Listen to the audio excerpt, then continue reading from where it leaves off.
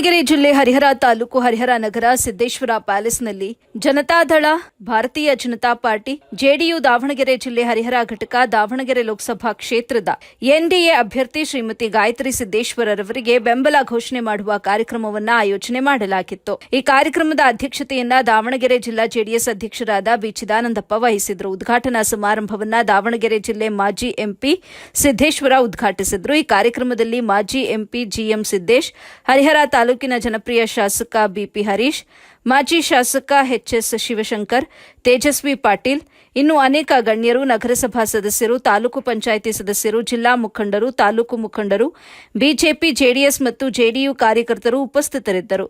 ಇನ್ನು ಈ ಸಂದರ್ಭದಲ್ಲಿ ಲೋಕಸಭಾ ಅಭ್ಯರ್ಥಿ Gayatri Siddesh, GM Siddesh, BP Harish, HS Shivashankar ಮಾತನಾಡಿ ಜೆಡಿಎಸ್ ಬಿಜೆಪಿ ಹಾಗೂ ಜೆಡಿಎಸ್ ಬಿಜೆಪಿ ಮೈತ್ರಿ ಪಕ್ಷದ ಅಭ್ಯರ್ಥಿಗೆ ತಾಲೂಕಿನ ಮತದಾರರುಗಳು ಹೆಚ್ಚಿನ ಮತವನ್ನ ಕೊಡುವ ಮೂಲಕ ಜಯಶಾಲಿಯಾಗಿ ಮಾಡಬೇಕು ಅಂತ ವಿನಂತಿಸಿದರು. ವರದಿ ಸೈಯದ್ ಶಾಮೀರ್, ಎಬಿ ನ್ಯೂಸ್ ಕನ್ನಡ, ಹರಿಹರ.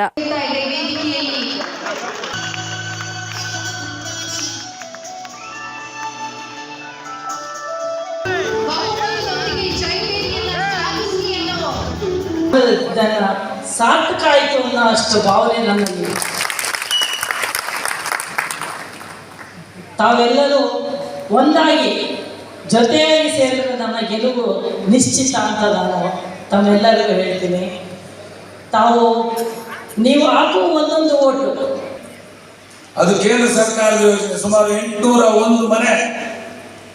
ಆ 801 ಮನೆಯಲ್ಲಿ ಎಲ್ಲ ವರ್ಗದ ಜನರು, ಹೆಚ್ಚಿನ ಸಂಖ್ಯೆಯ ಅಲ್ಪಸಂಖ್ಯಾತರು ಮನೆಗಳನ್ನು ಕಟ್ಟಿಕೊಂಡು ಅಲ್ಪಸಂಖ್ಯಾತರು ಮನೆ ಮಾಡಿಕೊಂಡು ನೀವು ರಜಾ ತೆಗೆದುಕೊಳ್ಳದೆ ಯಾರಾದರೂ ಒಬ್ಬ ವ್ಯಕ್ತಿಯರಲ್ಲಿ ಸನ್ಮಾನ್ಯ ನರೇಂದ್ರ ಮೋದಿ ಅವರನ್ನು ನಾವ್ಯಾರು ಕೂಡ ಮರಿಬಾರ್ದು. ಇವತ್ತು ನಮಗೆಲ್ಲ ಜೀವ ರಕ್ಷಕ. 2 ಬಾರಿ ವ್ಯಾಕ್ಸಿನ್ ಅನ್ನ ಕೊಟ್ಟು ನಮ್ಮ ದೇಶದ ಉತ್ಪಾದನೆ ಮಾಡಿ ನಮ್ಮ ದೇಶದಲ್ಲೇ ವ್ಯಾಕ್ಸಿನ್ ಅನ್ನು ಕೊಟ್ಟು ಮೇಕ್ ಇನ್ ಇಂಡಿಯಾ ಮೂಲಕ ತಾವೆಲ್ಲ ಇವತ್ತು ನಾವಿಬ್ಬರು ಕೂಡ ವಿನಯದಿಂದ ತಗ್ಗಿ